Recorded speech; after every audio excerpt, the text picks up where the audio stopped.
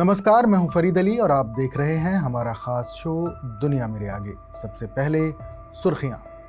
विद्रोही गुट के कब्जे के बाद सीरिया छोड़ भागे बशर अल असद।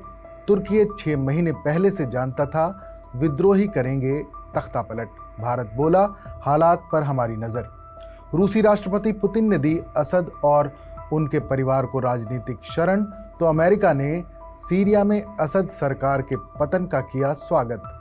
तस्वीरों में नजर आया सीरिया का विद्रोह, राष्ट्रपति भवन में घुसे प्रदर्शनकारी, सोफा कुर्सी की लूट, बशर के पिता का स्टैचू भी रौंदा। इजराइल ने सीरिया में किया भीषण हमला, रासायनिक हथियार के ठिकानों को निशाना बनाने का दावा। रूस यूक्रेन जंग को लेकर डोनाल्ड ट्रंप का बड़ा बयान, बोले तत्काल होना चाहिए युद्ध विराम। साउथ कोरिया में राष्ट्रपति पर लगाया गया ट्रैवल बैन, मार्शल लॉ लागू करने की वजह से लगा प्रतिबंध। फिर से महाभियोग प्रस्ताव की तैयारी में विपक्ष। अवैध प्रवासियों को अमेरिका से निकालने पर कायम ट्रंप, कहा पैदा होते ही यूएस नागरिकता मिलने का अधिकार करूंगा खत्म, नाटो छोड़ने का भी विचार। ढाका में इंडियन हाई कमीशन के सामने विरोध प्रदर्शन। बांग्लादेश नेशनलिस्ट पार्टी के लीडर बोले भारत ने हमसे चटगांव मांगा तो बंगाल, बिहार और ओडिशा वापस ले लेंगे। कनाडा में भारतीय छात्र की हत्या, हमलावर ने सीढ़ियों पर भागते हुए पीछे से मारी गोली, सिक्योरिटी गार्ड की नौकरी करता था छात्र। और अब आज की बड़ी खबर, तकरीबन 1 दशक से रूस की सैन्य ताकत की मेहरबानी से बशर अल असद सीरिया की सत्ता संभाले हुए थे, मगर बीते 2 दिनों में जो कुछ हुआ वो हैरान करने वाला है। सीरिया में असद की सत्ता का पतन हो चुका है। बशर अल असद पद और देश छोड़कर मॉस्को में शरण ले चुके हैं। क्रेमलिन के सूत्रों के हवाले से खबर है कि रूस ने असद और उनके परिवार को मानवीय आधार पर शरण दी है। कुछ ही दिनों के अंदर क्रेमलिन का सीरिया प्रोजेक्ट नाटकीय तरीके से ध्वस्त हो गया है और रूस इसे रोकने में नाकाम साबित हुआ है। लोगों को बीते हफ्ते में तेजी से बदलते हालात का कोई अंदेशा नहीं था। कुछ ही दिन पहले देश के उत्तर में स्थित शहर इदलिब में मौजूद हथियारबंद विपक्षी गुट हयात तहरीर अल शाम ने सरकार के खिलाफ कार्रवाई शुरू की थी। एक के बाद एक इस गुट ने कई बड़े शहरों को अपने कब्जे में ले लिया। अभी हफ्ता भर पहले ही बशर अल असद ने आतंकवादियों को कुचलने की कसम खाई थी, लेकिन जिस रफ्तार से जमीनी हालात पलटे हैं उससे सीरियाई मामलों पर नजर रखने वाले ज्यादातर लोग हैरान हैं। इस सारे घटनाक्रम ने कई सवाल खड़े किए हैं। सबसे बड़ा सवाल यही है कि रूस की सपोर्ट के बावजूद सीरिया की सेना सिर्फ चंद दिनों के अंदर ही कैसे विद्रोहियों से जंग हार गई। विद्रोही लड़ाकों की इस हैरान कर देने वाली रफ्तार को सीरिया की सेना क्यों नहीं रोक पाई। एक के बाद एक कई शहरों से सेना पीछे क्यों हटती रही, इसके पीछे क्या वजहें हो सकती हैं। साल 2024 के 145 देशों के ग्लोबल फायर पावर इंडेक्स के मुताबिक सैन्य ताकत के मामले में सीरिया अरब जगत में 6ठे और अंतर्राष्ट्रीय स्तर पर 60वें पायदान पर है। इस रैंकिंग में सैनिकों की संख्या, मिलिट्री इक्विपमेंट, मानव संसाधन और रसद वगैरह को ध्यान में रखा जाता है।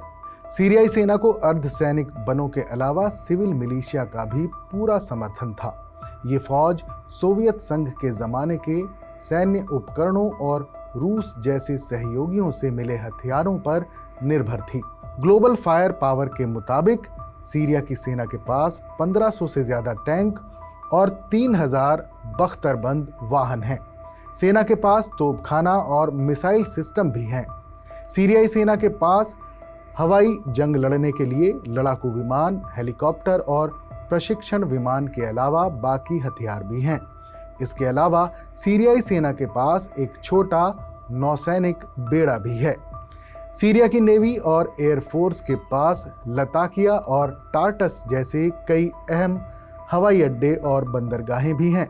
इन आंकड़ों को देखें तो सीरियाई सेना की स्थिति मजबूत लगती है, लेकिन ऐसे कई कारण हैं जिससे ये सेना कमजोर साबित हुई है। सीरिया में गृह युद्ध की शुरुआत होने के बाद इस सेना ने अपने हजारों लड़ाकों को खोया है। जब जंग छिड़ी थी तब सीरिया की सेना में तकरीबन 3 लाख सैनिक थे। अब ये संख्या करीब आधी बची थी। सैनिकों की संख्या की अगर बात करें तो सैनिकों की तादाद 2 वजहों से कम हुई है।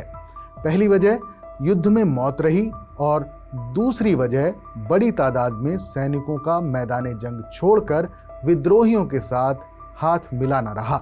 सीरिया की एयरफोर्स को भी विद्रोहियों और अमेरिका के हवाई हमलों का सामना करना पड़ा, जिससे वो बेहद कमजोर हो गई।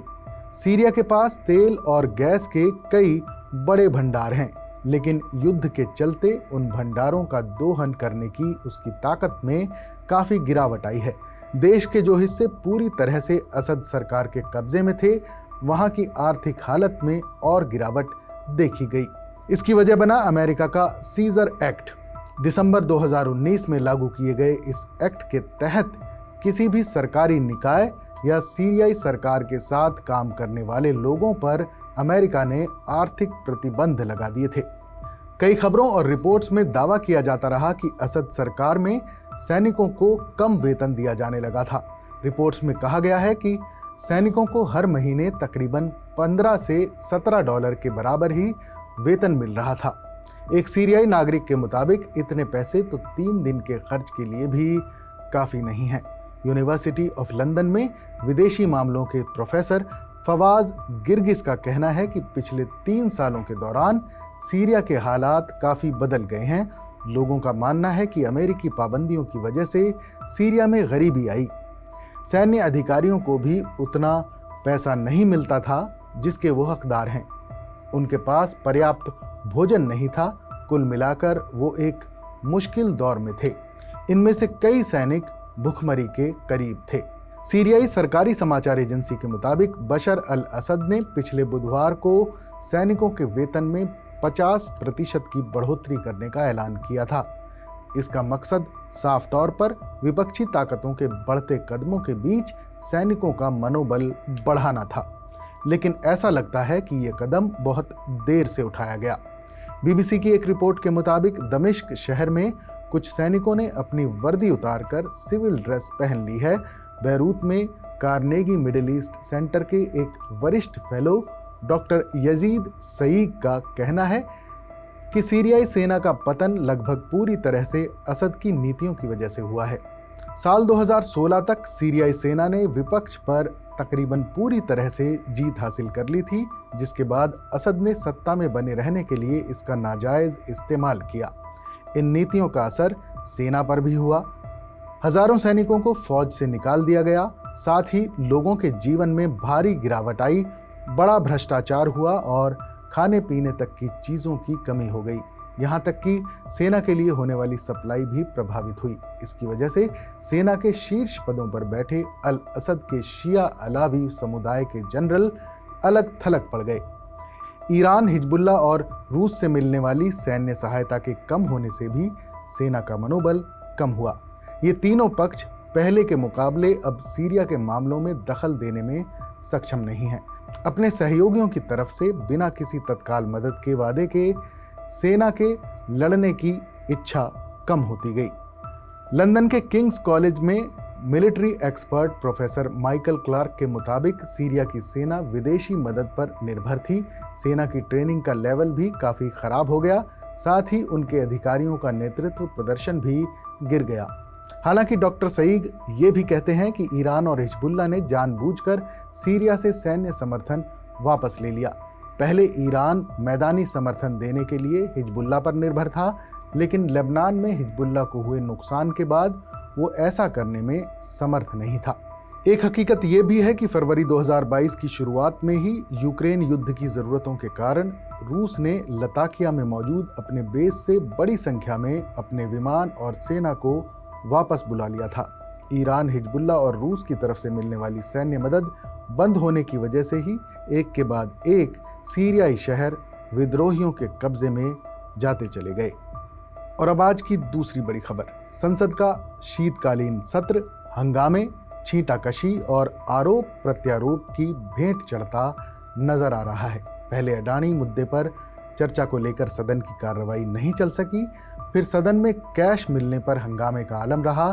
सोमवार को सुबह से ही गांधी परिवार और अरबपति निवेशक जॉर्ज सोरोस के रिश्तों पर घमासान मचा हुआ है। विपक्ष अडानी के मामले पर सरकार को घेर रहा है, तो वहीं भाजपा ने जॉर्ज सोरोस और सोनिया गांधी के कनेक्शन का मुद्दा उठाया है। जॉर्ज सोरोस और कांग्रेस पार्टी के नेताओं के बीच कथित रिश्ते के मुद्दे पर बीजेपी लगातार आक्रामक है। उसने संसद में इस मुद्दे पर बहस कराने की मांग करके खूब हंगामा किया। इससे पहले रविवार को बीजेपी ने प्रेस कॉन्फ्रेंस करके आरोप लगाया था कि कांग्रेस की पूर्व अध्यक्ष सोनिया गांधी का संबंध जॉर्ज सोरोस फाउंडेशन की तरफ से फंडेड एक संगठन से है। उस फाउंडेशन ने कश्मीर को लेकर एक आजाद देश के विचार का समर्थन किया था। बीजेपी का आरोप है कि ये रिश्ता भारत के आंतरिक मामलों में विदेशी संस्थाओं के प्रभाव को दिखाता है। हंगरी मूल के अमेरिकी व्यवसायी जॉर्ज सोरोस ने भारत की अर्थव्यवस्था को बर्बाद करने और मोदी सरकार को बदनाम करने के लिए विपक्ष के साथ सांठगांठ की है। बीजेपी ने दावा किया कि forum of democratic leaders in Asia Pacific यानी FDLAP फाउंडेशन की सह अध्यक्ष के रूप में Sonia Gandhi George Soros foundation द्वारा वित्त पोषित एक संगठन से जुड़ी हुई हैं।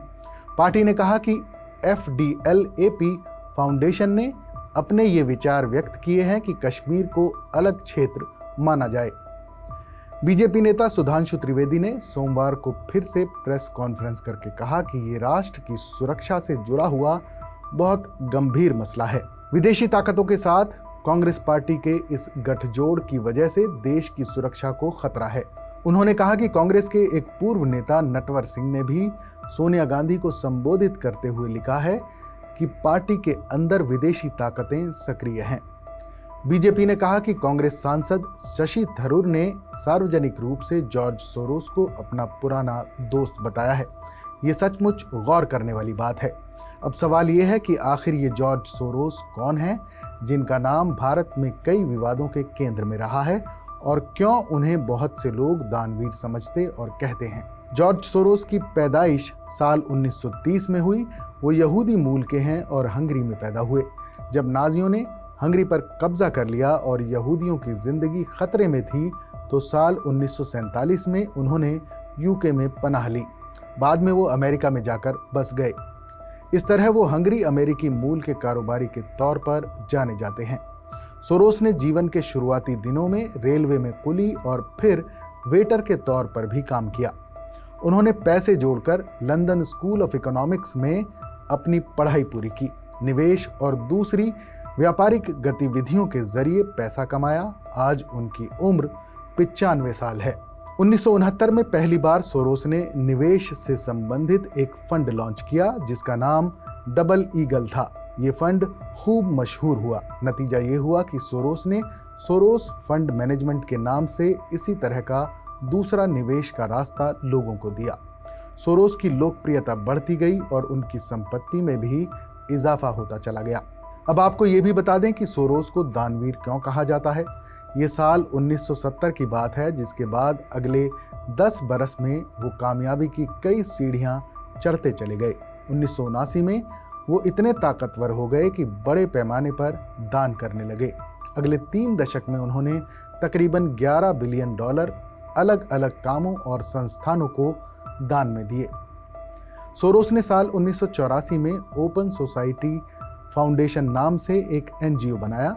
इस संगठन का मकसद 120 से भी ज्यादा देशों में न्याय, लोकतंत्र और मानवाधिकार की मूल्यों को स्थापित करना और उसकी मजबूती के लिए काम करना था।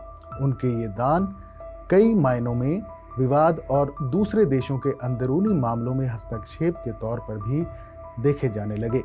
हंगरी और अमेरिकी मूल के बिजनेसमैन, निवेशक, समाजसेवी और दानवीर सोरोस कुल मिलाकर करीब $32 बिलियन की रकम लोगों की मदद से लेकर दूसरे चैरिटी के कामों में लगा चुके हैं।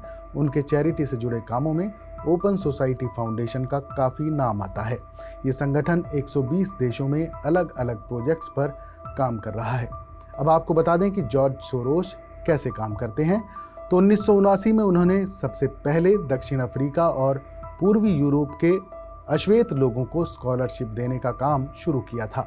बर्लिन की दीवार गिराए जाने के बाद सोरोस ने सेंट्रल यूरोपियन यूनिवर्सिटी की आधारशिला रखी ताकि लोगों में तार्किक सोच का विकास हो सके। साल 2000 के बाद से वो दुनिया के चुनिंदा लोगों में से एक थे जिन्होंने समलैंगिक विवाह को लेकर खुलकर मुहिम चलाई। वो ड्रग्स के खिलाफ छेड़े जाने वाले अभियान के आलोचक रहे हैं। उनका मानना है कि मैरिजुआना का मेडिकल के क्षेत्र में इस्तेमाल काफ़ी अहम है। हमारे शो पर अपनी राय हमें ज़रूर बताइएगा। बाकी देश और दुनिया की तमाम बड़ी खबरों के लिए देखते रहिए TV9 डिजिटल।